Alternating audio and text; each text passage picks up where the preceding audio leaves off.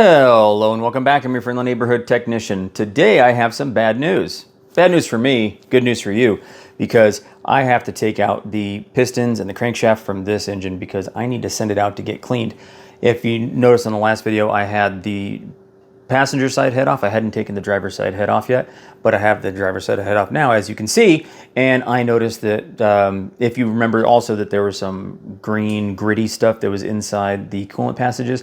Well, there was a coolant passage on this side that was completely blocked. So I have to take the pistons out and the crankshaft so I can end up taking it down to the complete bare block so I can get it sent out and have them hot tank it. Same thing with the cylinder head, so I need to take all the valves out, springs, and everything. So I'm going to go over doing that kind of disassembly as well, and then we'll go through doing the reassembly of it also. So right now I have the lower oil pan on it, as you can see way down there, kind of. So I have to take the lower oil pan, or the upper oil pan off, sorry, and then we'll get taking everything apart.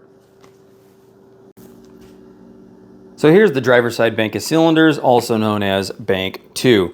And you can see here is a bunch of that stuff that was inside this coolant passage right here. I didn't do any video of it, but I did take a picture, and I'll see if I can figure out how to attach that picture to the video. But this passage right here was completely blocked. You can still see there's some stuff right there in that port, that coolant port right there. And you can see some of these right here. That one's open, that one's open. Should look like this, nice and clean. But I basically dug all that stuff down there out of the coolant passage right there. So I want to get the entire thing, get clean better than I know how to clean it. So I'm going to take it completely apart. I got to take all this tube right here off. I got to take the knock sensors off right there. And I got to take the pan off, and flywheel, the rear main seal, and the plate. I got to take all that off and basically get it down to where they can just dunk it in the tank and make sure everything is nice and clean.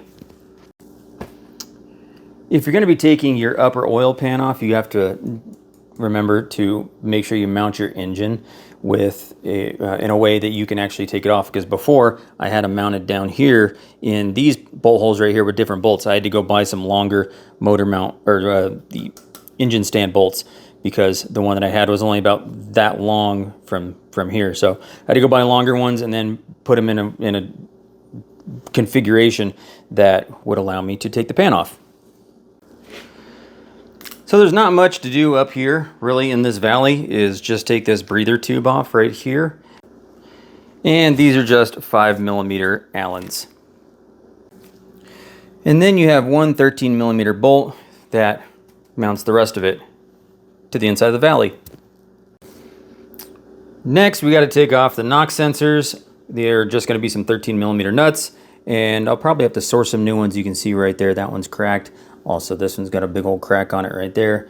This side seems to be okay, but I'm going to see if I can find some new ones anyway. Next, I'm going to take off the flywheel. So if you don't have the flywheel holder, you can always just use a wrench on one of the bolts. These are going to be 19mm bolts, and they are fairly tight. So either use a breaker bar or something else. This one right here, I've already cracked loose, but other than that, they do break loose.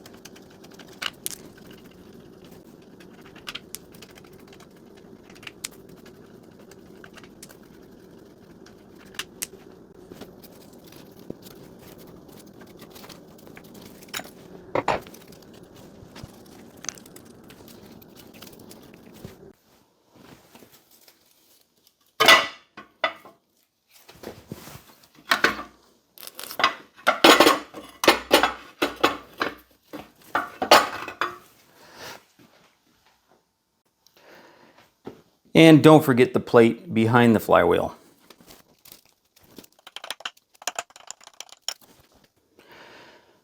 And now I'm going to attempt to flip the engine over.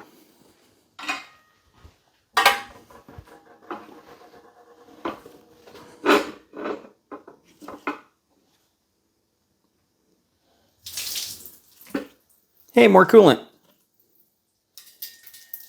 and oil.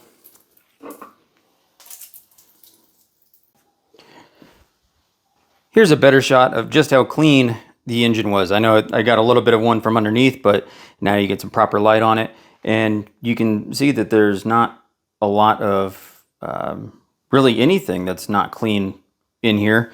I mean, there's a little bit of oil, but surprisingly clean. Next, what we get to do is we get to take off the remaining 27 10mm bolts and 4 13mm bolts.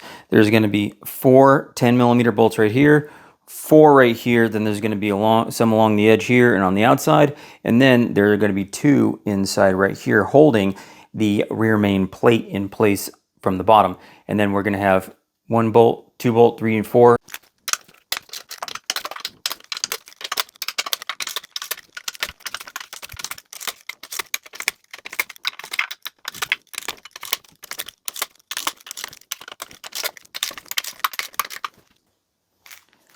And as usual, pay attention to where your bolts go, because you can see that this bolt right here is going to be a lot shorter than that.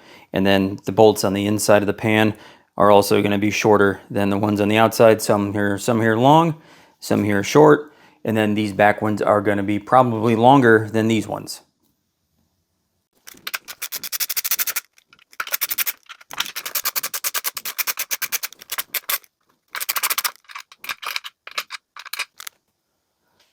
You can even see that some of the bolts inside the pan here are going to be longer than the bolt next to it. So pay real good attention to where your bolts come out of.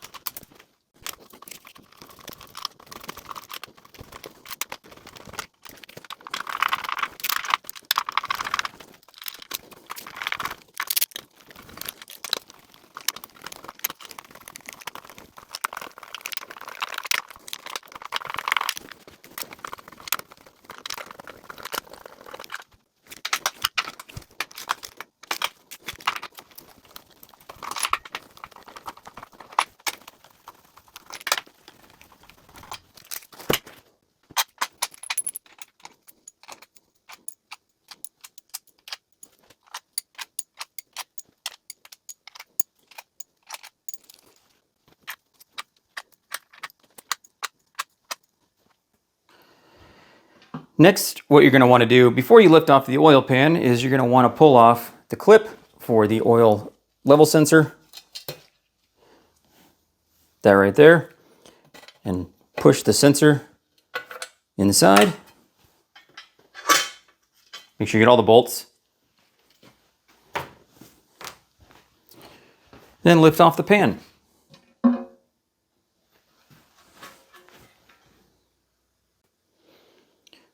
And if you have some plastic razors, try to pry off the old gasket.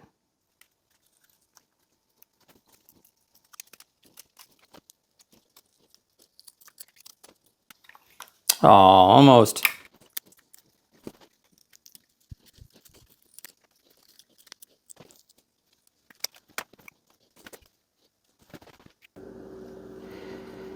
Next, we're going to take off the 1310s of the Windage tray. There's one right here. And then there's going to be one 6 millimeter Allen right there.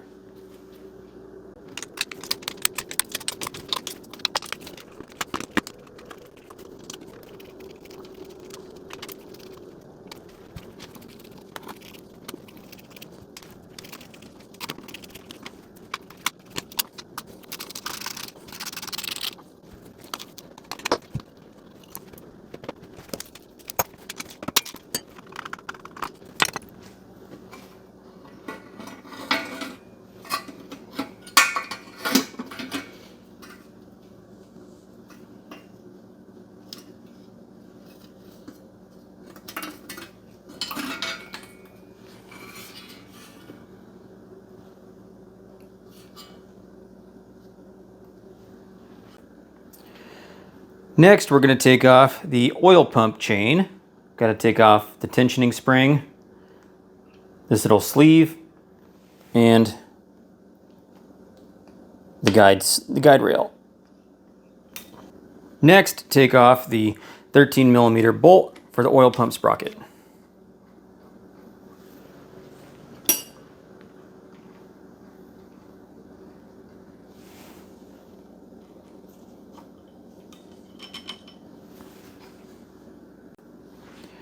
Next, we're going to take off the 2 remaining 6mm bolts for the oil pump.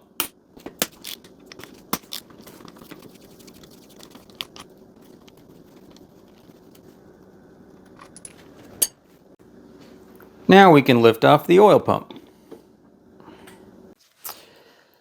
Okay, one thing you want to pay attention to when removing and installing the pistons is remove and install them facing the same direction.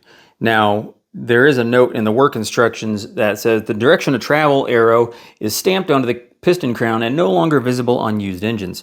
So if you want to mark it somehow, I don't recommend etching it or scratching it or scoring anything, because just don't. But if what you want to do, and what I'm going to do, is I'm going to, you can see there's a 1 right here on this piston. All the pistons on the driver's side, and you can see right here, 1, 1, all these 1s right here. Each piston on this side has a 1. You can see 1 right there. There's a 1. There's a 1. There's a 1. And there's a 1. So if you notice, all those 1s are on the same half of the piston, the side facing forward. So if you want to remember that all the pistons right here go on this side, and also you want to remember which cylinder you take it out from, and I'll show you how to tell which cylinder you took it out from when I flip this engine back over. But just make sure when you put the piston back in, this 1 is facing the front and is not backwards and is on this side. And then also on the other side, you're going to see it's all 2s. So you can see that there's a 2 right there, and there's a 2 right there, and then same thing, 2, 2, 2, 2, 2, 2, 2, 2, 2, 2. And all those 2s are also facing the front of the engine. So you can see it's right there, and they're all facing that way. So that's how I'm going to remember which direction I'm going to put these back in. So let me flip the engine over, and I'll show you how to tell which cylinder each of these goes in. One thing that Mercedes does that I really appreciate and I really like is they like to number engine internals. So you can see these main bearing caps. There's a 1, 2, 3, 4, 5, 6, and 7. So that's how you can tell which main bearing cap goes where. Also, again, you want to pay attention to the direction or orientation that these main bearing caps came out of. So you can see this side, they're backwards to me because I'm on this side of the engine, but you do want to pay attention to which direction they're facing, because you don't want to install a main bearing cap backwards, and then that just could cause problems. So just make sure you put them all facing the same direction that you took them out. So here's how you tell which piston and connecting rod goes to which cylinder. You can see that on this connecting rod cap, you can see that there's some scribing on it right here, and then there's matching scribing right here. So this one, you may not be able to tell, but this is the only one that has this much writing on it, and this is cylinder 1. And you can see down here that there's actually a 2 on the cap and on the connecting rod. That's going to be cylinder 2. And then this one down here is cylinder 3. And then you can see 4, and then right there is cylinder 5 and cylinder 6. And this is the passenger side of the engine. Now come over on this side, and you can see there's 7, 8, 9, 10, and 11 is down there, 11 and 12. So they're already marked on here. So you just got, again, remember when you take off the cap for the connecting rod, that you put it back on just like this. You don't want to put it on the other way. Okay, so these are 10mm 12-point bolts. So you're going to want to take off that with a 10mm 12-point. it'll focus. There it is. And then when we take this off, like I said, remember which way it's facing on the connecting rod, because that's the way you're going to want to reattach it when you reinstall it.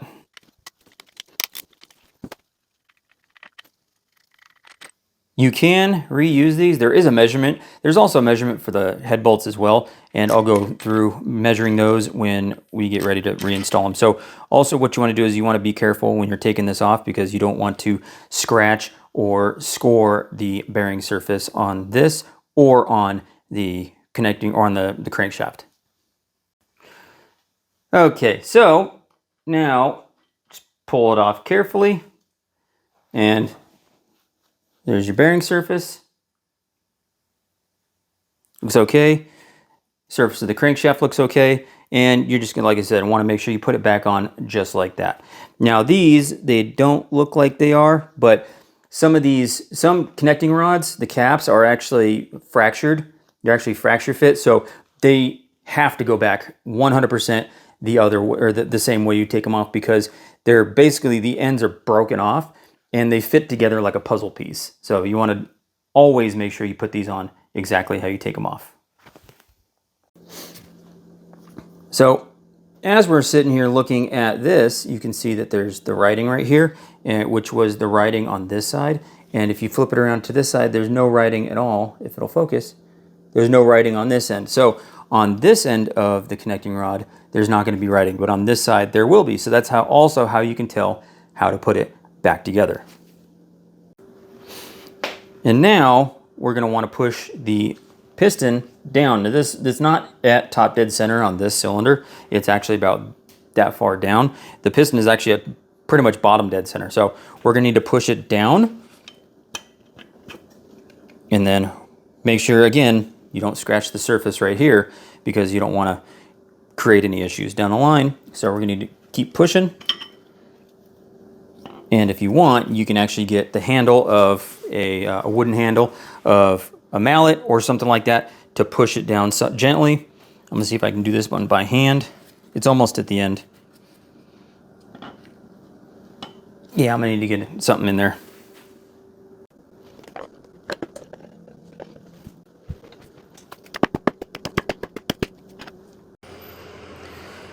So here is the piston I just removed.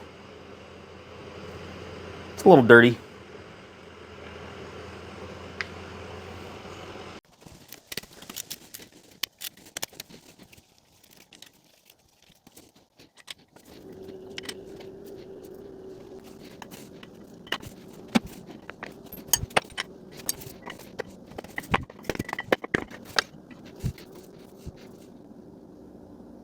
I might want to replace the bearings. I don't know. Doesn't look perfect.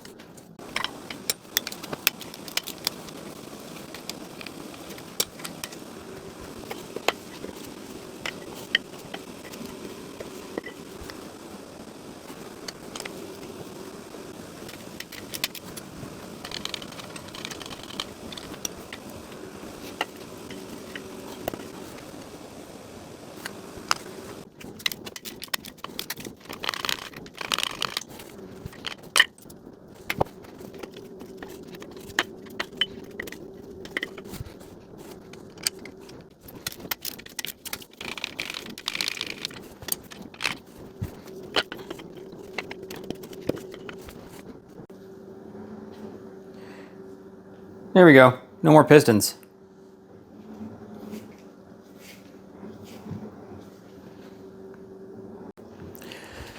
Next, we got to take off the rear main seal plate.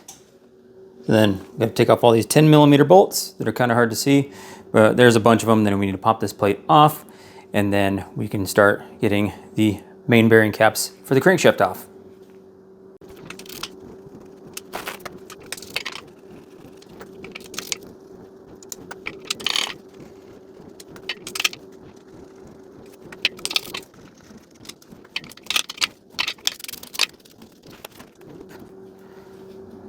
I don't know if you can actually see it from there, but the bolts right here that would be at the top, as you see one right here, they're kind of recessed in these little round areas. Those are probably going to be shorter because here's the bolt that came out. There's a regular one. So again, pay attention to which bolts go where.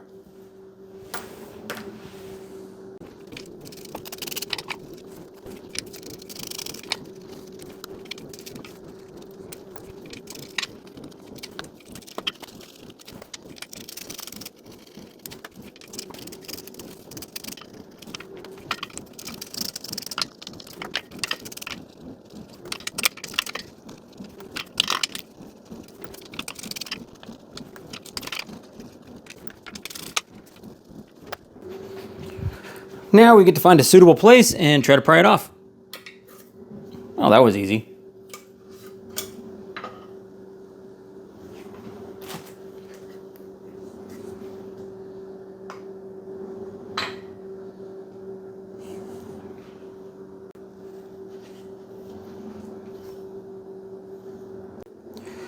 Okay, so now we're going to take off the crankshaft main bearing caps. Now you're going to need a 6mm Allen because the center main bearing caps, the 5 center ones, are also bolted in from the outside. So you're going to have 5 bolts on this side, 5 bolts on the back side, and then you're going to need a 13mm and you're going to need a 17mm because you have a 13mm right here and then a 17mm right there. Now the work instructions do give a tightening procedure for this, but they do not give a loosening procedure for this. So what I'm going to do is I'm going to go in the opposite direction of the tightening procedure, and I'm going to start with the highest numbered main bearing bolt, which is going to be 38. Now 38 is going to be the one actually back here, right over there. So I'm going to start with that one and then work my way all the way back to 1.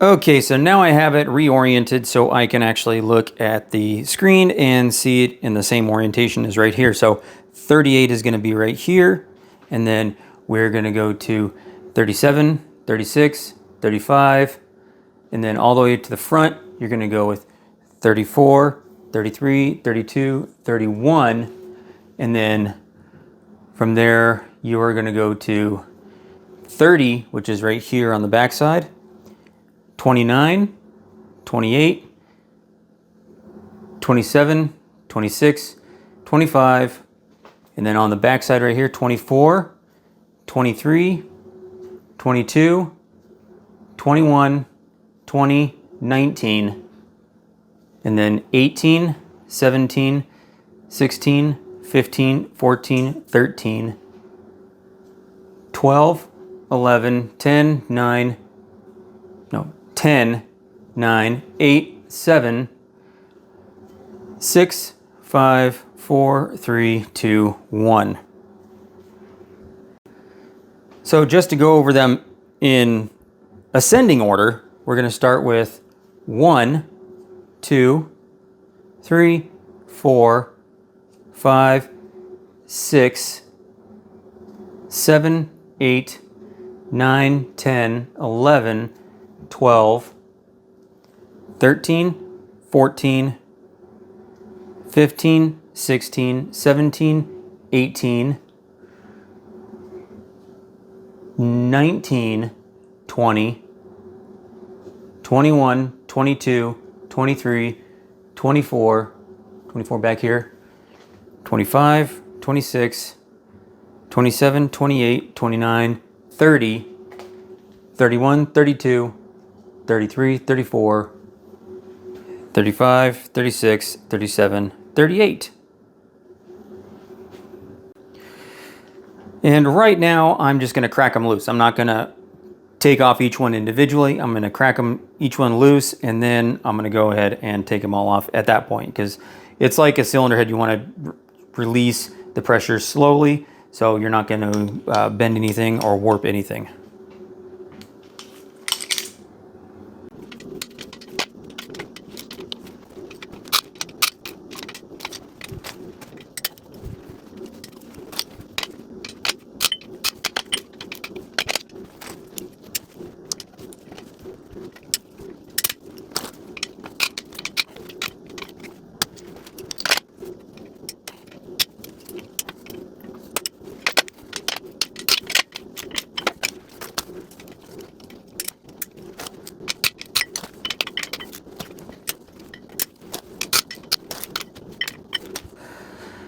Now they're all loose. Now I'm just gonna remove each bolt by hand.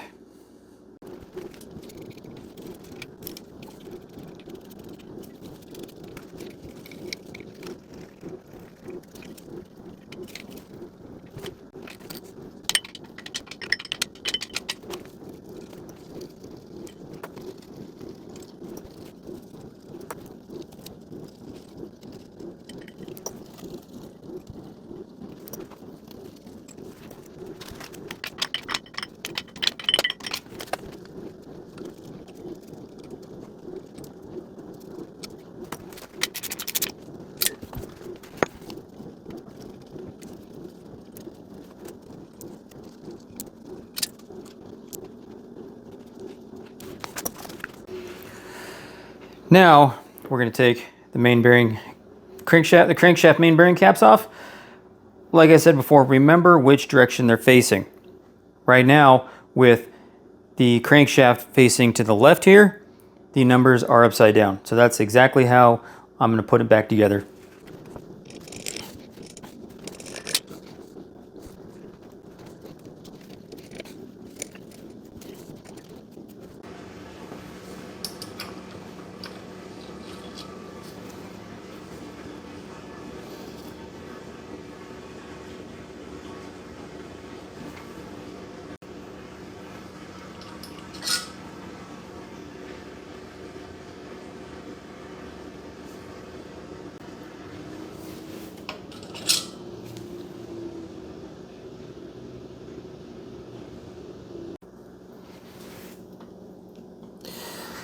Now, on this one, number 5, pay attention to these right here. These shims, make sure you put them just like this. There's a notch, there's a tab on the shims that go towards the bottom, and there's no shim on there's going to be 2 more shims when we take the crankshaft out. You want to keep these pointing towards the bottom because there's actually a notch in this bearing cap right here, and you want to keep it just like this.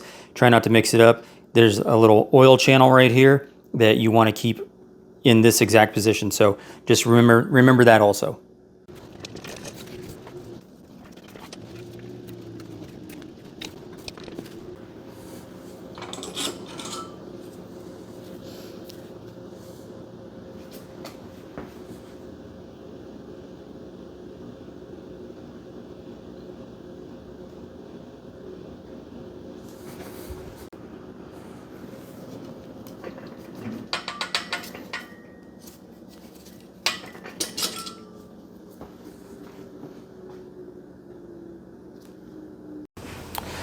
Next, we are going to lift out the crankshaft.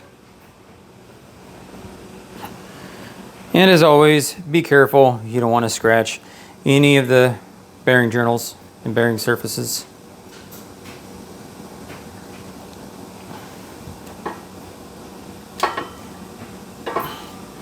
And be careful.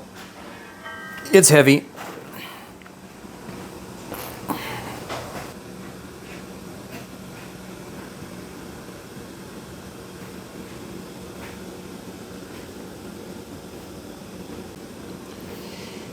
You can see right here, those shims I was telling you about, how the one that faces up doesn't have that tab on it, just make sure you don't lose these. And again, make sure you put them back where you got them from.